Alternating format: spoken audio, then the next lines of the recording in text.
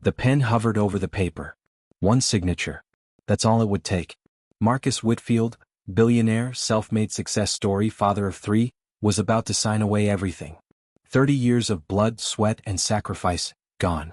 The bankruptcy papers sat before him like a death sentence.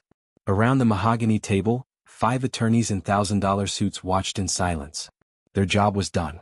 All that remained was his signature. Marcus's hand shook.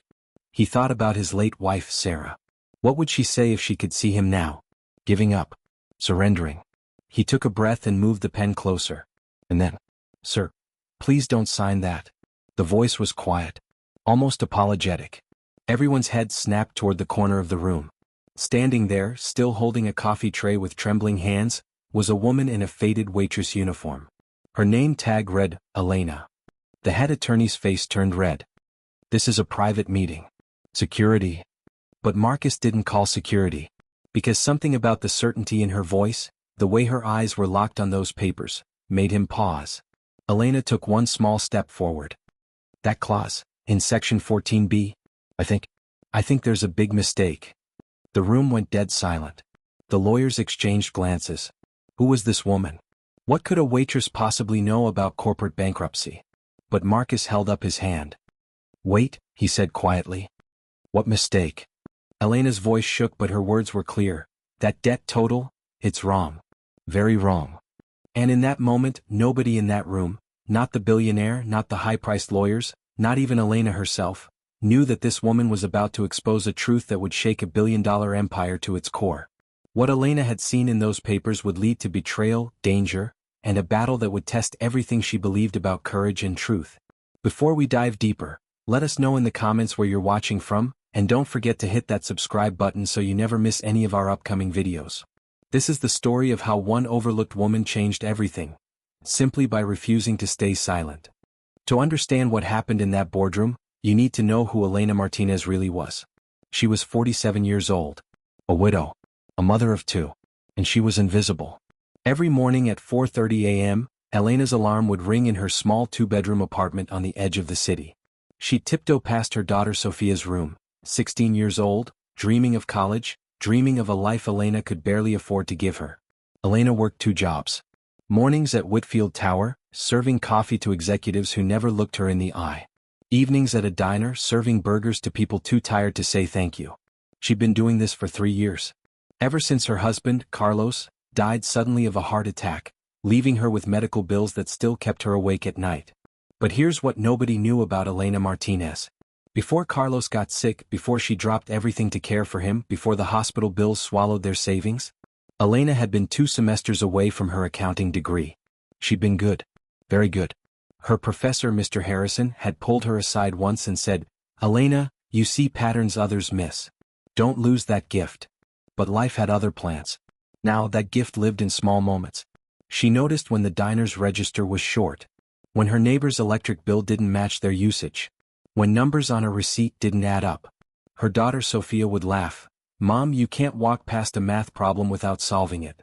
Elena would smile. But inside she wondered what could have been. That morning, the morning that would change everything, Elena had clocked in at Whitfield Tower at 6 a.m. Her uniform was clean but worn. Her shoes had been resoled twice. Her hands smelled like dish soap and coffee grounds. The building itself was a monument to wealth. Marble floors. Crystal chandeliers. Floor-to-ceiling windows overlooking the city. And Elena? She was furniture. Part of the scenery. As she prepared the conference room that morning, she overheard whispers. "Mr. Whitfield is signing today. Bankruptcy. Can you believe it? The empire is falling." Elena felt a pang of sadness. She'd seen Marcus Whitfield a few times, always kind, always said good morning. Not like the others who looked through her like glass. She finished setting up the coffee service and turned to leave. That's when she saw the papers. Spread across the table. Section headers. Numbers. Legal clauses. She shouldn't have looked. It wasn't her place. But her eyes caught a number. Then another. And something in her mind clicked. Wait, she thought. That can't be right. She stepped closer, pretending to wipe the table. Her heart pounded. Her hands moved on autopilot as her eyes scanned the debt consolidation clause. And there it was. A mistake so subtle most people would miss it. But Elena's training, those years studying late into the night, that professor's voice in her head, made it impossible to ignore. The debt from the Eastern Port acquisition was listed as fully transferred to Whitfield Global. Immediate and total liability. But Elena knew how these acquisitions worked. She'd studied this exact scenario in class. The kind of deal where liability is phased over time, shared between entities for a specific period before full transfer. She checked the dates. 4 years and 8 months since acquisition. Her breath caught. If this was a standard 5-year phase agreement, and it should be, then 40% of that debt didn't legally belong on this paper yet. That meant. She did the math quickly in her head.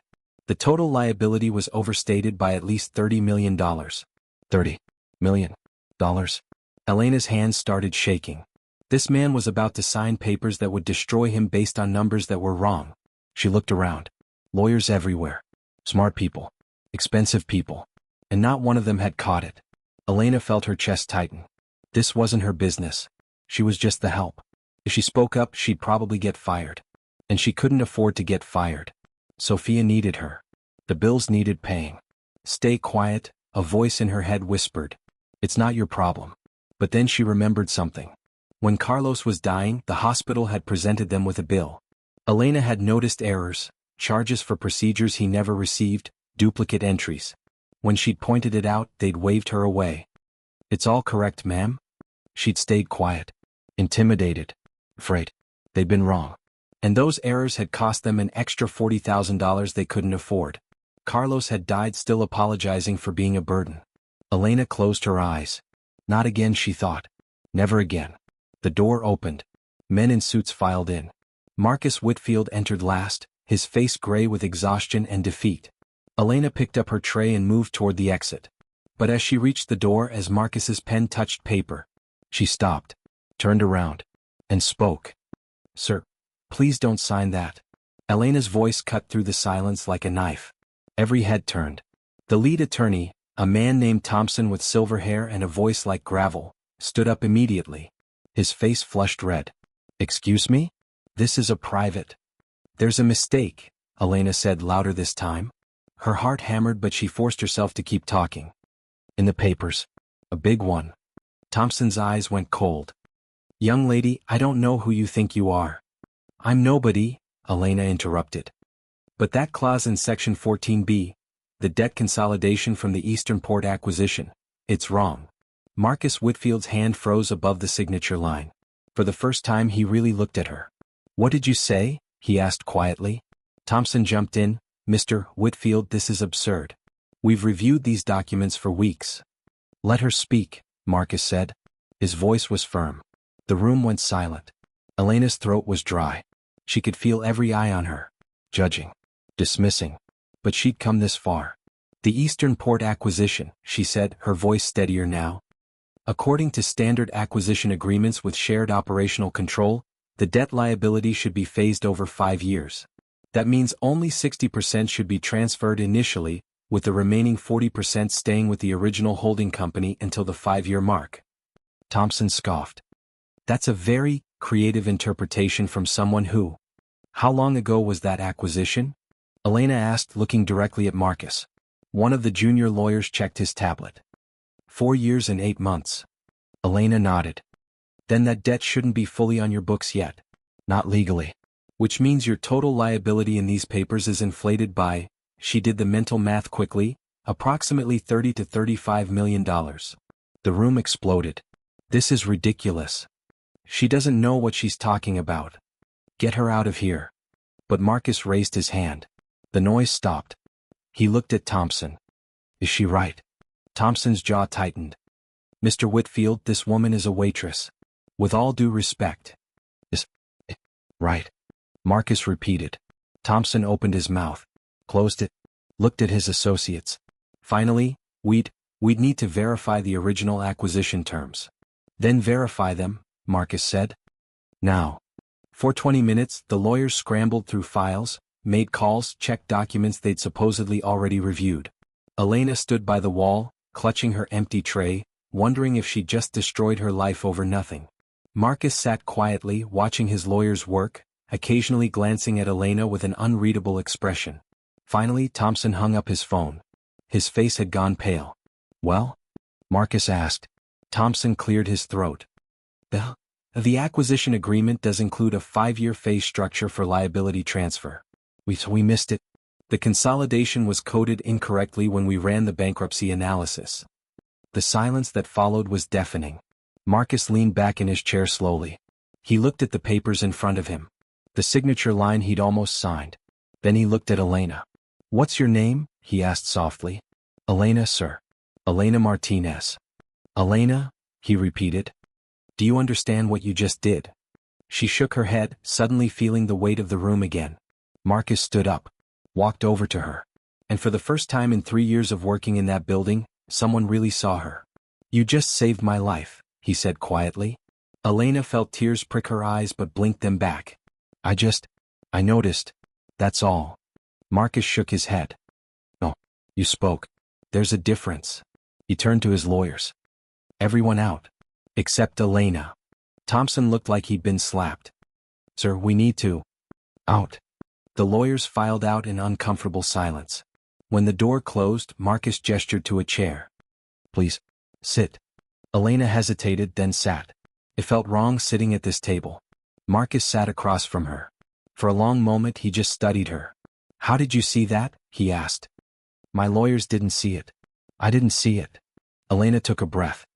"I studied accounting. Before my husband got sick. I never finished. But my professor used to say I had an eye for patterns. For things that don't fit." "Why didn't you finish?" "Medical bills. Life. You know how it is." She paused. "Or maybe you don't." Marcus smiled sadly. "My wife died 2 years ago. Cancer.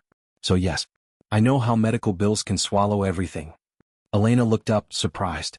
She'd heard about his wife. But sitting here, seeing the pain in his eyes, he suddenly seemed less like a billionaire and more like just a person.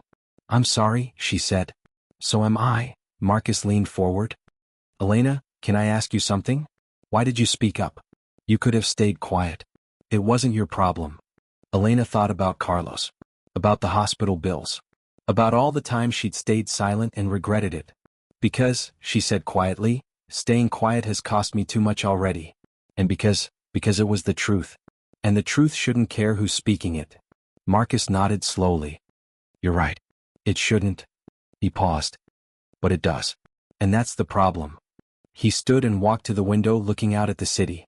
"Do you know why I was about to sign those papers, Elena? Because I trusted the wrong people. Because I stopped asking questions. Because I believed that expensive meant competent." He turned back to her. "You just proved that wrong." "Sir, There are more documents," Marcus said suddenly. "Contracts, acquisitions, financial reports. If one mistake made it through, there could be others." He looked at her intensely. "Would you be willing to look at them? I'll pay you. Properly. Consultant rates." Elena's mind raced. "Sir, I'm not qualified. I didn't even finish." "You're more qualified than the people I've been paying," Marcus said. "You see what others miss. That's worth more than any degree." Elena thought about Sophia. About the bills. About the chance to use her mind for something other than remembering coffee orders. "Yes," she heard herself say. "I'll help." Marcus smiled, the first real smile she'd seen from him. "Good. We start tomorrow." He walked her to the door, then stopped. "Elena? Thank you. Truly." As Elena left the building that evening, her hands were still shaking. She'd spoken up. She'd been heard. And somewhere in the back of her mind, a small voice whispered, "This is only the beginning." But what Elena didn't know, what nobody in that room knew, was that the mistake she'd found wasn't an accident. And the person responsible for it was watching. And he was very, very angry. The next morning, Elena arrived at Whitfield Tower at 7 a.m., not in her waitress uniform but in the nicest outfit she owned. A simple navy dress she'd worn to Carlos's funeral. Her only pair of dress shoes that weren't for work. She felt like an imposter. The security guard who usually waved her through to the kitchen actually stopped her. "Can I help you, miss?" I'm here to see Mr. Whitfield," Elena said, her voice smaller than she wanted. The guard checked his computer, then his eyebrows shot up. "Ms. Martinez. Yes, you're cleared. Top floor. Conference room C." As Elena rode the elevator up, she watched the floor numbers climb. She'd never been above the 3rd floor before. When the doors opened, she stepped into a different world. The executive floor was quiet, elegant. The carpet was so thick her footsteps made no sound. Original artwork on the walls. The smell of expensive coffee, not the industrial stuff she usually served. A young assistant met her with a professional smile. "Ms. Martinez? This way, please." Conference room C was smaller than the bankruptcy room. More intimate. A table for 8 floor-to-ceiling windows overlooking the city. Marcus was already there, along with 2 other people. "Elena, good," Marcus said, standing. "This is Michael Chin, our head of financial analysis. And this is Rachel Foster, our internal auditor." Both looked at Elena with undisguised skepticism. Michael was about 40, sharp suit, sharper eyes. Rachel was older, maybe mid-50s, with gray-streaked hair pulled back severely. "So you're the waitress," Rachel said. Not unkindly but not warmly either. "I am," Elena said, lifting her chin slightly. "Or I was. I'm not sure what I am now." Marcus smiled. "You're someone who sees things. That's what matters." He gestured to the table, covered in documents. "I want you to review our major contracts from the past 3 years. Look for anything that doesn't fit. Anything that feels wrong." Rachel's expression soured. "Mr. Whitfield, I've reviewed all of these contracts personally. And I'm sure you did an excellent job," Marcus said smoothly. "But fresh eyes never hurt. Especially eyes that just saved us from bankruptcy." Rachel's mouth tightened but she said nothing more. Elena sat down and pulled the first folder toward her. And for the next 6 hours she disappeared into numbers. It felt like coming home. Every line, every clause, every number told a story. And Elena was finally reading again. Michael and Rachel left after an hour, clearly offended. But Marcus stayed, working on his laptop, occasionally asking Elena questions. Around 2 p.m. Elena's eyes started burning. She sat back, rubbing her temples. "You should eat something," Marcus said, pushing a sandwich toward her. "I had it brought up." "Thank you," Elena said, suddenly realizing she was starving. As she ate, Marcus studied her. "You look different when you're working with numbers. Confident." Elena smiled slightly. "Numbers make sense. They don't lie. They don't judge. They just are. Unless someone makes them lie," Marcus said quietly. Elena looked up sharply. Marcus leaned forward. "The mistake you found yesterday. I've been thinking about it. Acquisition agreements don't just code themselves incorrectly. Someone had to enter that data." Elena's heart started beating faster. "You think someone did it on purpose?" "I don't know. But I'm starting to wonder how many other mistakes are hiding in these files." Elena looked back at the documents with new eyes. Not just looking for errors anymore. Looking for intent. By 6 p.m. she'd found 3 more discrepancies. Small things. Easy to miss. But together. "This expense report," she said, pointing. "The vendor doesn't exist. I cross-referenced with the state business registry. This shell company was created 2 months before this contract, and dissolved 6 months after." Marcus's expression darkened. "Show me." Elena walked him through it. Then the next one. And the next. When she finished, Marcus was quiet for a long time. "How much?" he finally asked. "Combined?" "About $8 million over 3 years. Disguised as legitimate operating expenses." Marcus stood and walked to the window. The city was dark now, lights twinkling like fallen stars. "Who had access to approve these contracts?" Elena asked quietly. Marcus didn't turn around. "Only 3 people. Rachel, Michael, and..." He paused. "And Victor Mensa. My CFO. My oldest friend." Elena felt ice in her stomach. "How long have you known him?" 20 years. We built this company together." Marcus's voice was hollow. "I trust him with everything, sir." "Don't say it," Marcus said quietly. "Not yet. We don't know anything for certain." But Elena could see it in the tension of his shoulders. He was already wondering. That night, as Elena gathered her things to leave, Marcus stopped her at the door. "Elena, listen to me carefully. Don't mention what you found to anyone. Not Michael, not Rachel, and especially not Victor. You think it's him. I think someone is stealing from this company. And until we know who, trust no one." He paused. "Can I ask you something personal?" Elena nodded. "Your daughter. Sophia, right? You mentioned her yesterday." "Yes. She's 16. Keep her close. Be careful. If someone is stealing millions and you're the one uncovering it." He didn't finish the sentence. Elena felt a chill run down her spine. She thought about Sophia at home, probably doing homework, completely unaware that her mother had just become a target. "I should stop," Elena said suddenly. I should walk away. This isn't my world. I don't. You're right, Marcus said. You should walk away. It would be safer. Smarter. He handed her an envelope. This is your payment for today. $2,500. Take it. Go home. Forget what you saw. Elena stared at the envelope. That was more than she made in 2 weeks. She looked up at Marcus. But you won't forget. No. And neither will I. She didn't take the envelope. Instead, she looked Marcus directly in the eye. I'm not walking away.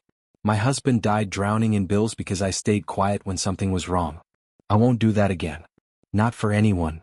Marcus studied her for a long moment. Then he nodded and put the envelope in his desk drawer. Tomorrow then. 7 a.m. As Elena rode the bus home that night, she didn't notice the black sedan following 3 cars behind. And she didn't see the man in the driver's seat pick up his phone and dial a number. When someone answered, the man spoke quietly. She found it. Martinez found it. Pause. Then, what do you want me to do? The answer came cold and clear. And in that moment, Elena Martinez's life changed from complicated to dangerous. Because exposing the truth didn't just threaten a thief's money. It threatened his freedom. And desperate people do desperate things. Elena didn't sleep that night. She lay in her small bed, staring at the ceiling, listening to the sounds of the city outside her window. Car horns. Distant sirens. The hum of life that never stopped. But her mind was louder.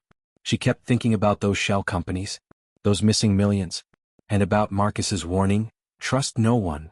Around 2 a.m., she heard Sophia's bedroom door open. Footsteps in the hallway. Mom? You awake?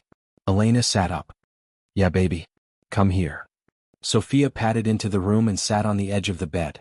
At 16, she looked so much like Carlos it sometimes hurt to look at her. You've been weird since you got home, Sophia said. Is everything okay? Did you lose your job? Elena took her daughter's hand. No. Actually, something strange is happening. Something good, I think. But maybe complicated. The billionaire guy? The one you told me about? Yeah. He wants me to help him with some financial work. Real accounting work. Sophia's eyes lit up. Mom, that's amazing. That's what you always wanted to do. I know. But Sophia. Elena chose her words carefully. Sometimes when you shine a light in dark places, you find things people wanted to keep hidden. And those people don't like it. Sophia's expression grew serious. Are you in danger? No, Elena said quickly. Then more honestly, I don't think so. But I need you to be careful for a little while. Come straight home after school. Don't talk to strangers. And if anyone asks about me or what I'm doing, tell you immediately, Sophia finished. Mom, I'm not a kid. Elena smiled and pulled her daughter into a hug. I know. You're braver than I ever was. That's not true, Sophia said softly. You're the bravest person I know. You just don't see it. After Sophia went back to bed, Elena sat at her small kitchen table and opened her laptop, a second-hand model Carlos had bought her years ago. She started searching. Victor Mensa, CFO of Whitfield Global. LinkedIn profile, impressive. Harvard Business School. 20 years at Whitfield. Respected industry leader. But Elena had learned something important. Official stories weren't always true stories. She dug deeper. Public records. Property ownership. Business registrations. And there, buried in county records, she found it. Victor Mensa owned 3 properties under his name. But there were 2 more under an LLC, Mensa Holdings, registered in Delaware. Elena's heart raced as she cross-referenced the addresses. One of them matched the address of the dissolved shell company she'd found in the expense reports. Got you, she whispered. But then a darker thought crept in. If Victor was smart enough to steal millions, he was smart enough to know when someone was getting close. The next morning, Elena arrived at Whitfield Tower at 6:45 a.m. She wanted to be early.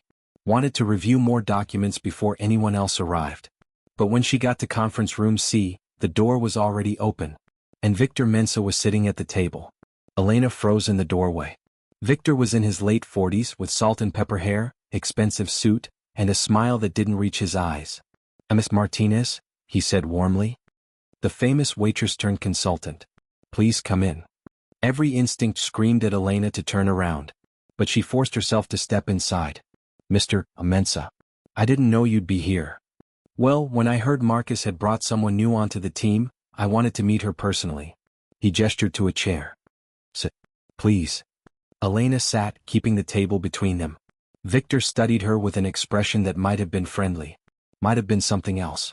I have to admit, he said, I was surprised when Marcus told me about you. It's not every day a waitress corrects a room full of lawyers. I just noticed something they missed. And now you're looking at more documents. More contracts. More mistakes. The way he said the word made Elena's skin crawl. I'm just reviewing what Mr. Whitfield asked me to review. Victor nodded slowly. Of course. And what have you found? Anything concerning? Elena met his gaze. Nothing I'm prepared to discuss yet. Victor's smile tightened. I see. You know, Ms. Martinez, this company is very complex. There are layers you don't understand. Relationships that go back decades. It's easy for an outsider to misinterpret things. I'm just reading what's written. But context matters, Victor said, leaning forward. For example, that Eastern Port acquisition you found? That was my deal. I negotiated it. I structured it. And yes, there was a coding error in how the debt was entered. An honest mistake made during a very complicated transition. Elena said nothing.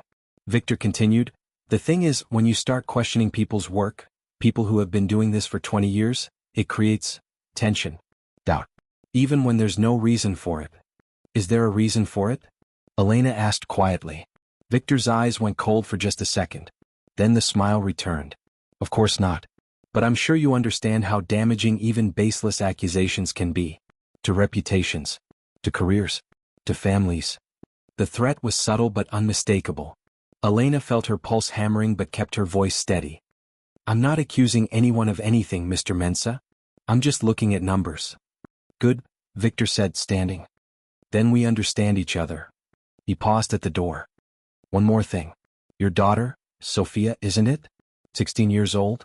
Marcus mentioned she's hoping to go to college. Elena's blood went cold. It would be a shame if anything complicated affected her chances. These things have a way of touching everyone around them. He smiled. Have a good day, Ms. Martinez. When he left, Elena had to grip the edge of the table to stop her hands from shaking. He just threatened her daughter. Right there in the office. And he'd done it with a smile. Elena wanted to run. Wanted to grab Sophia and disappear. But then she thought about Carlos, about how he died still apologizing for being a burden. About how staying silent had cost them everything. And she thought about all the other people who stayed silent because they were scared. No, she decided. Not this time. When Marcus arrived 20 minutes later, Elena told him everything. Marcus's face went white. He threatened Sophia? Not directly. But the message was clear. Marcus paced the room, his fists clenched. That son of a... He stopped, took a breath. Okay. This changes things. What do you mean? Marcus turned to her. It means we go to the authorities. No. Today. We hand over everything you've found and let them investigate. But we don't have enough proof yet. I don't care, Marcus said firmly. Your daughter's safety is more important than my company. We stop. Right now. Elena stared at him. This billionaire, this man who had everything to lose, was willing to walk away from the truth to protect her daughter. Something in her chest tightened. What if there's another way? She said quietly. What do you mean? Elena pulled out her laptop. Victor thinks I'm just some scared woman who'll run away. He doesn't think I'm smart enough or brave enough to fight back. You shouldn't have to.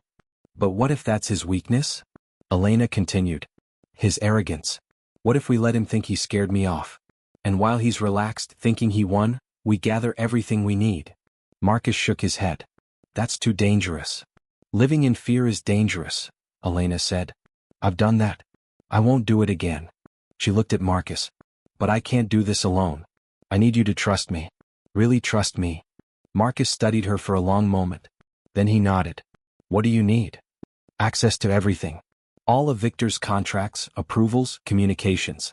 And we need to move fast, before he realizes we're still digging. Done. Over the next 3 days, Elena barely slept. She went through years of documents. Traced money through shell companies. Found patterns in vendor approvals. Built a timeline that showed not just theft but systematic fraud. 8 million was just the beginning. The real number was closer to 23 million over 7 years. And Victor had been careful. So careful. But not perfect. Every criminal makes one mistake, Elena's old professor used to say. Just one. And that's how they get caught. Victor's mistake was ego. He'd hidden most of his tracks. But on three contracts he'd been especially proud of, he'd left digital signatures in the metadata. Time stamps that proved he'd personally approved payments to companies he secretly owned. It wasn't just theft.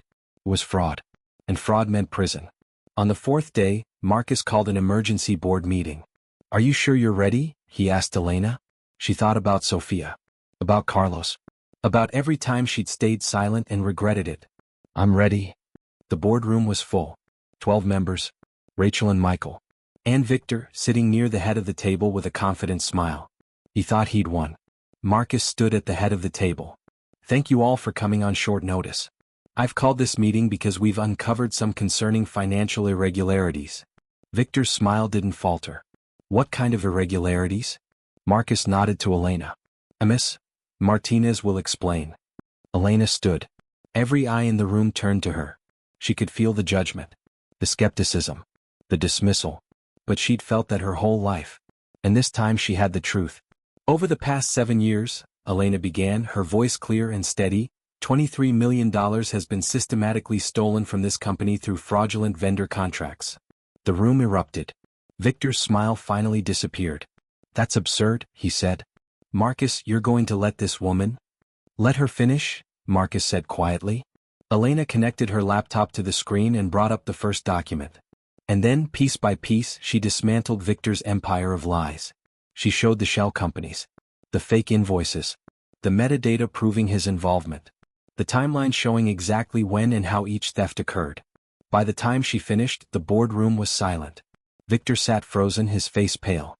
One board member finally spoke. "Victor, is this true?"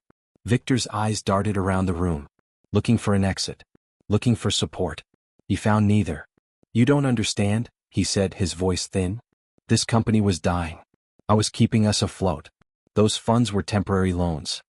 "Loans?" Elena said quietly. "To companies you owned? That never paid a cent back?" "Those aren't loans, Mr. Mensah. That's called embezzlement." Victor's face twisted. He pointed at Elena. "Who the hell are you? You're nobody. A waitress. You think you can waltz in here and destroy what I built?" "I didn't build anything," Elena said calmly. "I just saw what was already there. You destroyed yourself. I'm just showing everyone the truth." Victor stood so abruptly his chair fell over. "You have no idea what you've done," he said, his voice shaking with rage. "No idea what this will cost." "Security," Marcus said quietly into the phone. 2 security guards entered immediately. Victor looked at Marcus with something like betrayal in his eyes. "After everything we built together, you're going to believe her over me?" Marcus stood and walked around the table until he was face to face with his oldest friend. "I trusted you with my company," Marcus said quietly. "My legacy. My family's future. And you stole from me. For 7 years you stole from me. Marcus, get out." The security guard stepped forward. Victor looked around the room one last time. His eyes landed on Elena. "This isn't over," he said quietly. Then he was escorted out. When the door closed, the boardroom remained silent for a long moment. Then one of the members said, "We need to contact the authorities immediately." "Already done," Marcus replied. "The FBI's Financial Crimes Unit will be here tomorrow." Another member looked at Elena. "Ms. Martinez, on behalf of this board, thank you." Elena nodded, not trusting her voice.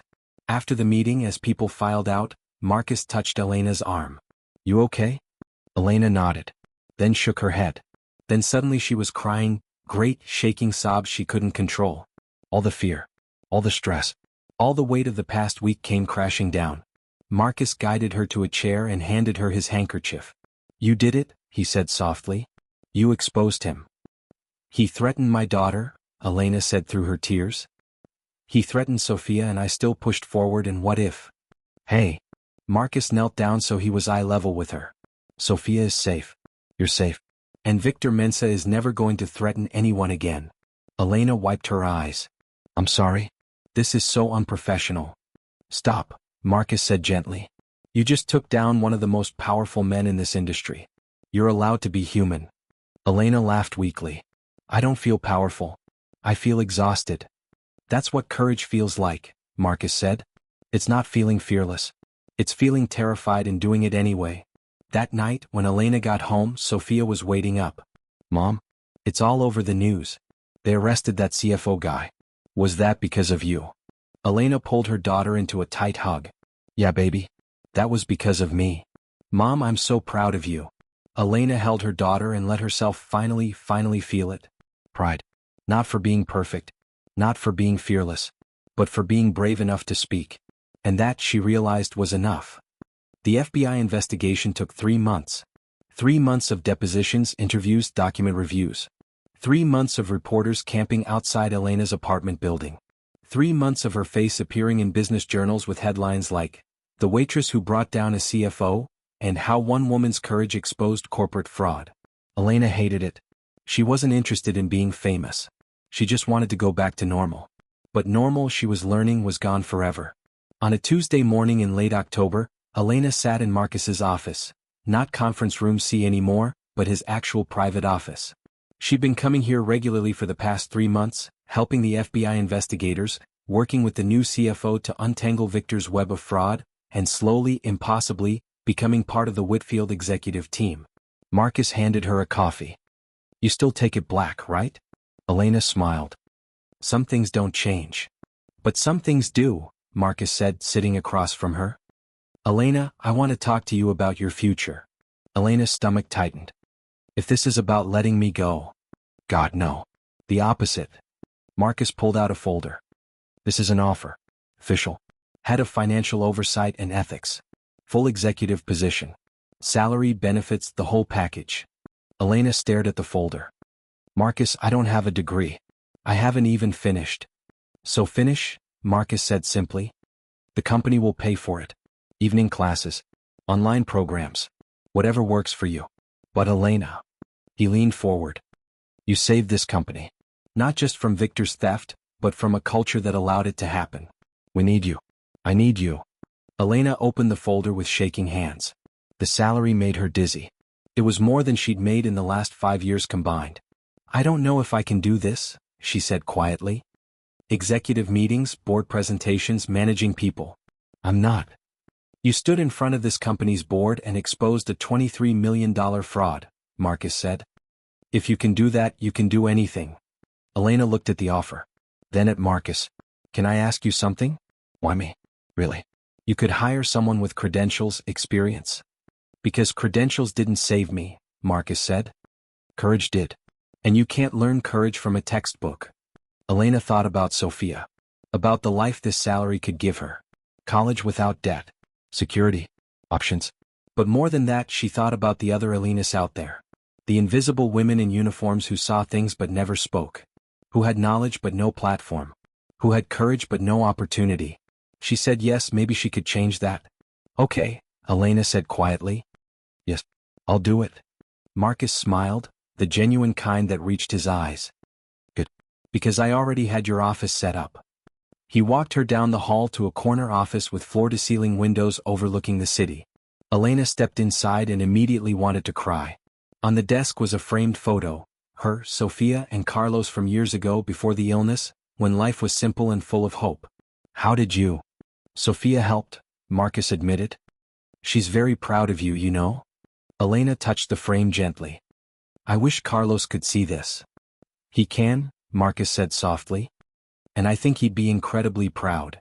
The news of Elena's promotion spread quickly, and with it came the reactions. Some people celebrated. Articles praised Whitfield Global for promoting from within, for valuing insight over credentials. But others were less kind. Affirmative action hire, one business magazine snidely suggested. From serving coffee to C-suite, the ultimate diversity stunt, another columnist wrote. Elena tried to ignore it. But words had weight. One day, about a month into her new role, she was in the executive break room when she overheard 2 managers talking. I don't care what she did, one said. She doesn't belong here. You can't just skip the line because you got lucky once. Agreed, the other replied. It's insulting to those of us who actually earned our positions. Elena stood frozen in the doorway, clutching her coffee mug. The managers turned and saw her. Their faces went red. Miss Martinez, we didn't. It's okay, Elena said quietly. You're entitled to your opinion. She walked back to her office, closed the door, and let herself feel it. The hurt. The doubt. The voice in her head that said maybe they're right. That evening, Sophia found her mother sitting in the dark. "Mom? You didn't answer your phone." "Sorry, baby. Just tired." Sophia flipped on the light and saw her mother's face. "What happened?" Elena tried to smile. "Nothing. Just, people don't think I belong. And sometimes I wonder if they're right." Sophia sat next to her mother and took her hand. "You know what Dad used to say? He said the people who tell you that you don't belong are usually the ones afraid you'll take their place." Sophia squeezed her hand. "You belong, Mom. You earned it. Not by following their path, but by making your own." Elena pulled her daughter close. "When did you get so wise?" "I learned from the best." 6 months into her new role, Elena implemented something radical: an anonymous ethics hotline where any employee, from janitors to executives, could report concerns without fear of retaliation. The board was skeptical. "You're inviting complaints?" one member argued. "No," Elena said. "I'm inviting truth. And truth protects us all." The hotline went live. Within the first week, 32 reports came in. Some were minor: time card errors, supply shortages. But 3 were serious. One came from a warehouse supervisor reporting safety violations that management had ignored for months. Another came from an assistant who'd witnessed a department head pressuring subordinates to falsify productivity reports. And one came from a janitor who'd noticed financial documents in a trash can, documents that shouldn't have been there. Elena investigated each one personally. The safety violations were corrected immediately. The department head was suspended pending review. The discarded documents revealed a junior accountant trying to hide her mistakes rather than report them. In each case, Elena didn't punish first. She asked questions first. "Why didn't you report this sooner?" she asked the warehouse supervisor. He shrugged. "Who would listen to me? I'm just a forklift driver." "You're someone who sees what's actually happening," Elena said. "That makes you essential." The culture at Whitfield Global began to shift. Slowly at first, then faster.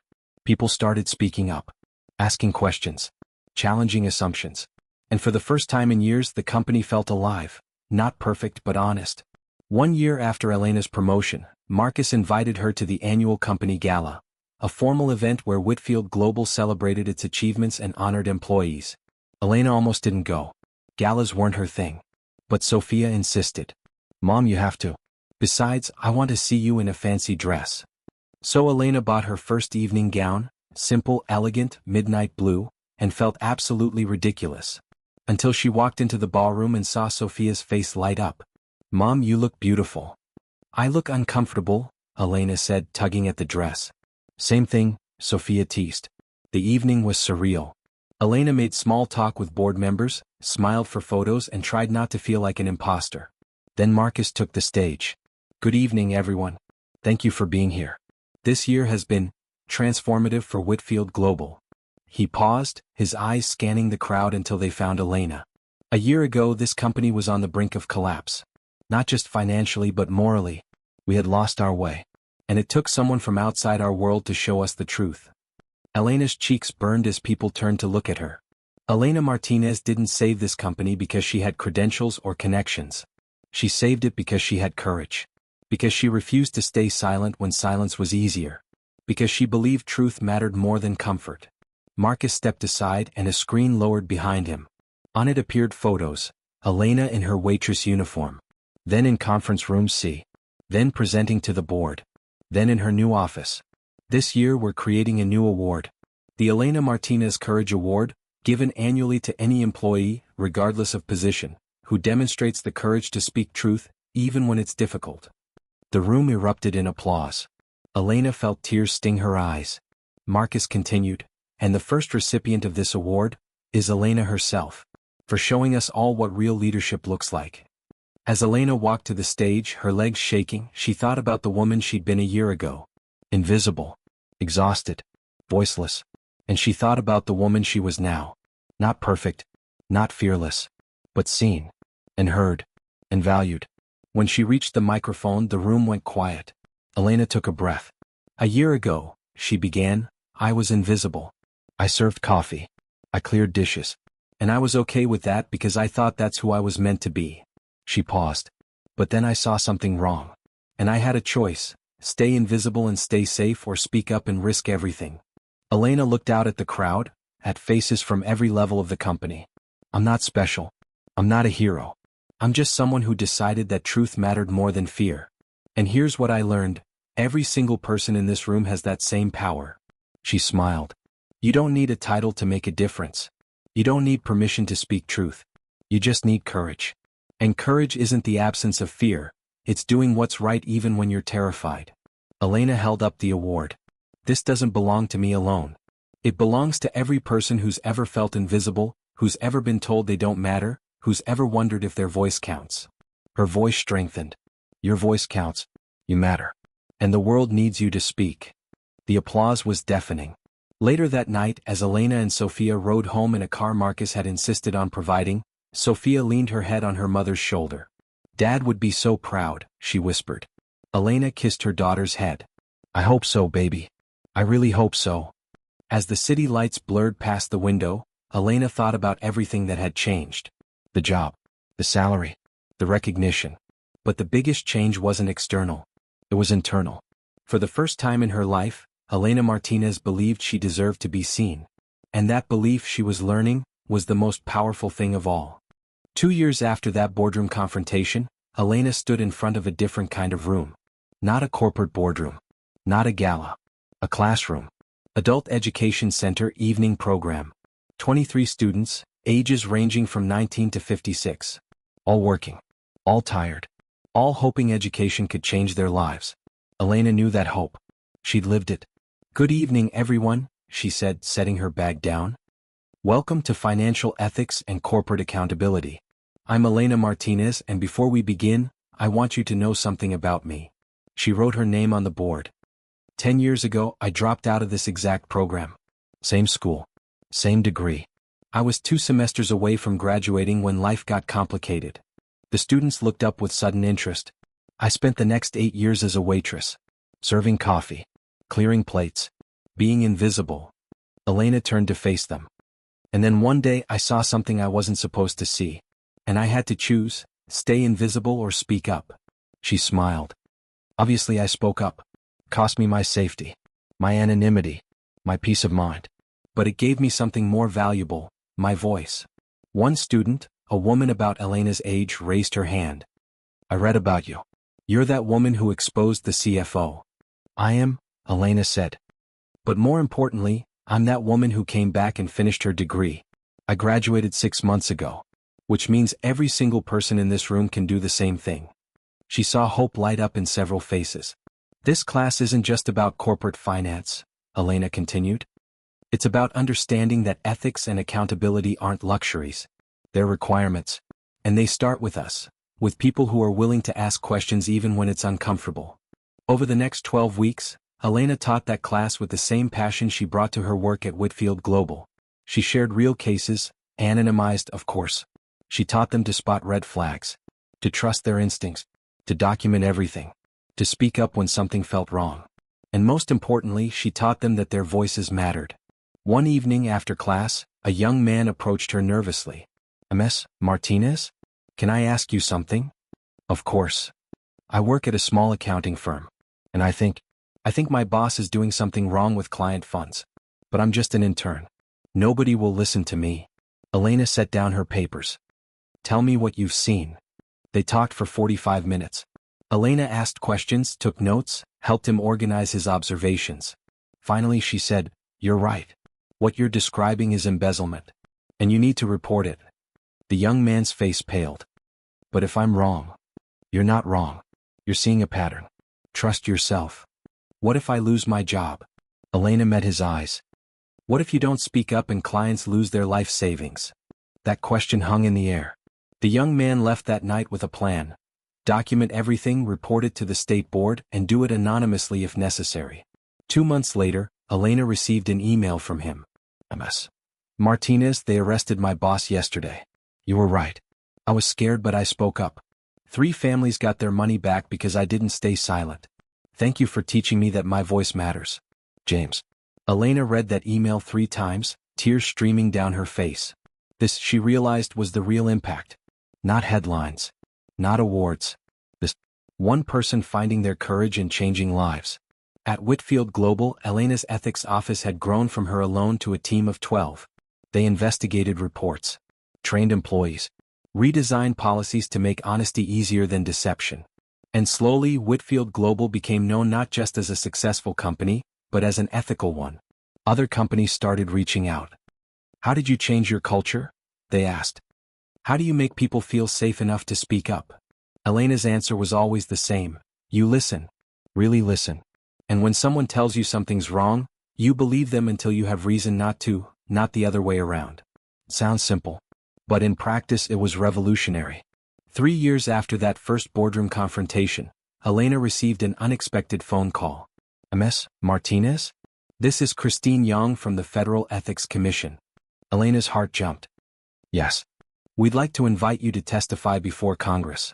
We're drafting new whistleblower protection legislation, and your story has been influential in shaping our approach. Elena sat down slowly. You want me to testify before Congress? Yes. About the barriers that prevent people from speaking up. And about what protections would have helped you. Elena thought about it. About speaking in front of politicians. About her face being even more public. Every instinct said no. But then she thought about James. About the warehouse supervisor. About all the people who still felt invisible. When do you need me? She asked. The hearing room in Washington, D.C. was intimidating. High ceilings. Senators at an elevated platform. Cameras everywhere. Elena wore her best suit, navy blue, simple, professional. Sophia had helped her pick it out.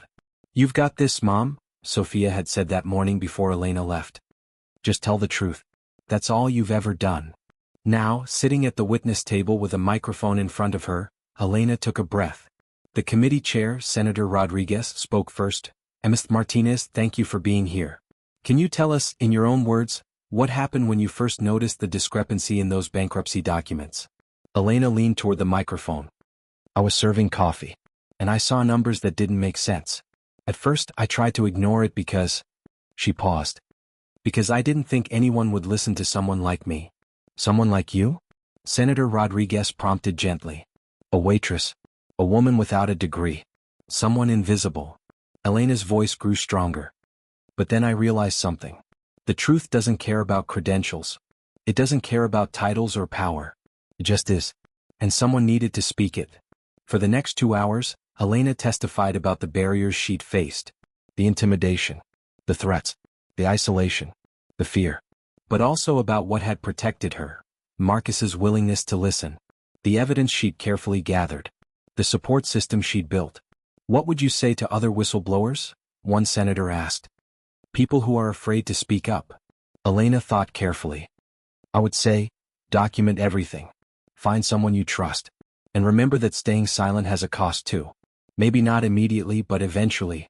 The truth has a way of demanding to be told. She paused. But I would also say this. We can't keep putting the burden on individuals.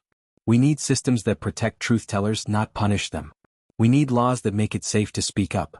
Because right now, being honest requires being brave. And not everyone can be brave alone. When the hearing ended, several senators approached Elena personally. Your testimony was powerful, Senator Rodriguez said. It's going to make a real difference. Elena smiled. I hope so. Because there are thousands of people out there who see things they know are wrong. And they need to know that speaking up won't destroy them. On the flight home, Elena stared out the window at the clouds below. She thought about the woman she'd been 5 years ago. Serving coffee. Invisible. Afraid. And she thought about the woman she was now. Still afraid sometimes. Still imperfect. Still learning. But no longer invisible. Her phone buzzed. A text from Marcus. Saw your testimony. You just changed the world a little bit. Well done. Then another from Sophia. Amon. You're trending on Twitter. Hashtag listen to Elena is everywhere. Elena smiled and put her phone away. The recognition was nice. But it wasn't why she'd spoken up. She'd spoken up because silence had cost her too much already. And because someone needed to show others that ordinary people could do extraordinary things. Not by being fearless, but by being afraid and speaking anyway. 6 months later, the Whistleblower Protection Enhancement Act passed with bipartisan support. It included provisions Elena had suggested. Stronger retaliation protections, financial support for whistleblowers during investigations, and mandatory listening mechanisms in all companies above a certain size. Elena received a handwritten letter from Senator Rodriguez. Asterisk. This law exists because you had the courage to speak. Thousands of people will be protected because of you. Thank you. Asterisk. Elena framed that letter and hung it in her office. Not because she was proud, though she was, but because she wanted to remember, one voice could start a wave. 5 years after that day in the boardroom, Elena stood at Sophia's college graduation. Sophia had chosen economics. Because Mom taught me that numbers tell stories, she'd explained. And I want to make sure those stories are true. As Sophia crossed the stage to receive her diploma, Elena felt Carlos's presence so strongly it took her breath away. We did it, she whispered. Our daughter is going to change the world. After the ceremony, Sophia found her mother in the crowd. I have something for you, Sophia said, pulling out a small wrapped box. Elena opened it. Inside was a simple silver bracelet with an inscription. She spoke. The world listened. Sophia. You taught me that silence isn't safety, Sophia said. You taught me that my voice matters. And I want you to remember that every single day. Elena pulled her daughter into a fierce hug. How did I get so lucky? You didn't get lucky, Sophia said softly. You got brave. That evening, Elena returned to the place where it all began. Whitfield Tower. But this time she didn't enter through the service entrance. She walked through the front doors, nodded to security, they knew her by name now, and rode the elevator to the top floor. Her office was dark. The city glittered beyond the windows. Elena stood there for a long time thinking about the journey. From invisible to seen. From voiceless to heard. From overlooked to valued. And she thought about all the people out there right now, serving coffee, cleaning offices, doing work that society deemed unimportant. People who saw things, knew things, had insights that could change everything. If only someone would listen. Elena pulled out her phone and opened her notes app. Started typing. It was time for the next chapter. Time to create a foundation. A network. A support system for people who wanted to speak up but didn't know how. She would call it the First Voice Foundation. Because everyone deserves to be heard. Especially those the world has taught to stay silent. 10 years after Elena spoke up in that boardroom, she was invited back to Whitfield Tower for a special ceremony. The company was unveiling a statue in the main lobby. When the curtain dropped, Elena gasped. It wasn't a statue of Marcus. Or any executive. It was a statue of her. Elena in her waitress uniform, standing tall, holding a piece of paper.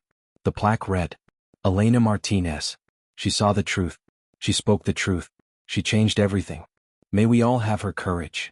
Elena stood there, overwhelmed, as employees past and present gathered around. Marcus stepped forward, now semi-retired but still involved. Elena, you once told me that truth doesn't care about titles. You were right. This statue isn't here because you became an executive. It's here because you stayed true to who you were, even when the world told you to stay quiet. He smiled. You taught this company that everyone's voice matters. That insight can come from anywhere. That courage is more valuable than credentials. Elena looked at the statue, at this bronze version of herself, and thought about how surreal life had become. But then she saw something that made her smile. At the base of the statue, someone had left a coffee cup. And a note that read, Thank you for showing us that we all matter. The staff. That night, as Elena drove home, she passed her old apartment building. The place where she'd raised Sophia.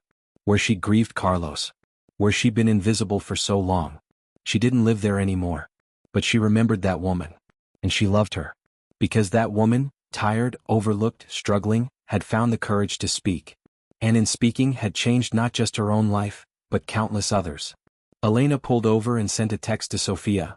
Thank you for always believing I was brave even when I didn't. Sophia replied immediately, You taught me to see strength in quiet voices. I love you, Mom. Elena smiled and drove home. Not to a small apartment anymore but to a comfortable house. One with a garden. And a room for Sophia when she visited. And an office where Elena still worked late into the night, helping others find their voices. Because that was her purpose now. Not to be famous. Not to be powerful. But to remind people that they mattered. That their voices mattered. That truth mattered. And that sometimes, the most revolutionary act is simply refusing to stay silent. 15 years after that day in the boardroom, a young woman named Maria walked into a conference room at a tech startup. She was an administrative assistant. Invisible, overworked, underpaid. And she'd just seen something in the company's financials that didn't make sense. Her hands shook as she held the document. Stay quiet, a voice whispered. It's not your place. But then she remembered a story she'd read in college. About a waitress who'd spoken up. Who'd changed everything. Maria took a breath and knocked on the CEO's door. "Excuse me," she said, her voice small but steady. "I think there's a mistake in these reports." The CEO looked up, surprised. "What kind of mistake?" Maria stepped forward, and as she began to explain, she thought about Elena Martinez. About that first voice that had made it easier for all the voices that followed. She didn't know that Elena would hear about this moment. She didn't know that Elena would read about Maria's courage in a news article and cry happy tears. She only knew that truth mattered, and that her voice, no matter how small, deserved to be heard. Because Elena had shown her that ordinary people could do extraordinary things. Not by being perfect, not by being fearless, but by being brave enough to speak. And that legacy, that beautiful, powerful legacy, would continue long after the headlines faded. Voice by voice, truth by truth, one courageous moment at a time. Maria's story reminds us of something profound. Courage isn't something you're born with, it's something you choose. Elena Martinez wasn't special because she had extraordinary abilities. She was special because she made an extraordinary choice. To speak when silence was safer. To stand when sitting was easier. To believe her voice mattered when the world told her it didn't. And because of that choice, thousands of lives changed. Companies became more ethical. Laws became more protective. And ordinary people learned that they had power. The power to see truth. The power to speak truth. The power to change the world. You have that same power. Maybe you're not in a boardroom. Maybe you'll never testify before Congress. Maybe your moment will be smaller, quieter. But it will matter. Because every voice matters. Every truth spoken makes the next truth easier to speak. Every person who stands up makes it safer for the next person to stand. So here's my question for you. What truth have you been too afraid to speak? What injustice have you witnessed but stayed silent about? What moment is waiting for you to find your courage? Because somewhere out there, someone needs you to speak. Not someday. Not when you're ready. No. While the truth still matters. While your voice can still make a difference. Elena Martinez started as a waitress serving coffee. She became a voice that changed industries. Not because she was perfect, but because she chose to speak. What will you choose? Share your story in the comments below. Tell us about a time you spoke up or a time you wish you had. Your words might be exactly what someone else needs to hear. And if this story moved you, if it reminded you that your voice matters, please subscribe to our channel. Because we're here to tell stories that inspire courage. Stories that remind you that ordinary people can do extraordinary things. Stories like Elena's. Stories like yours. Thank you for watching. And remember, you are not invisible. Your voice matters. And the world is waiting for you to speak.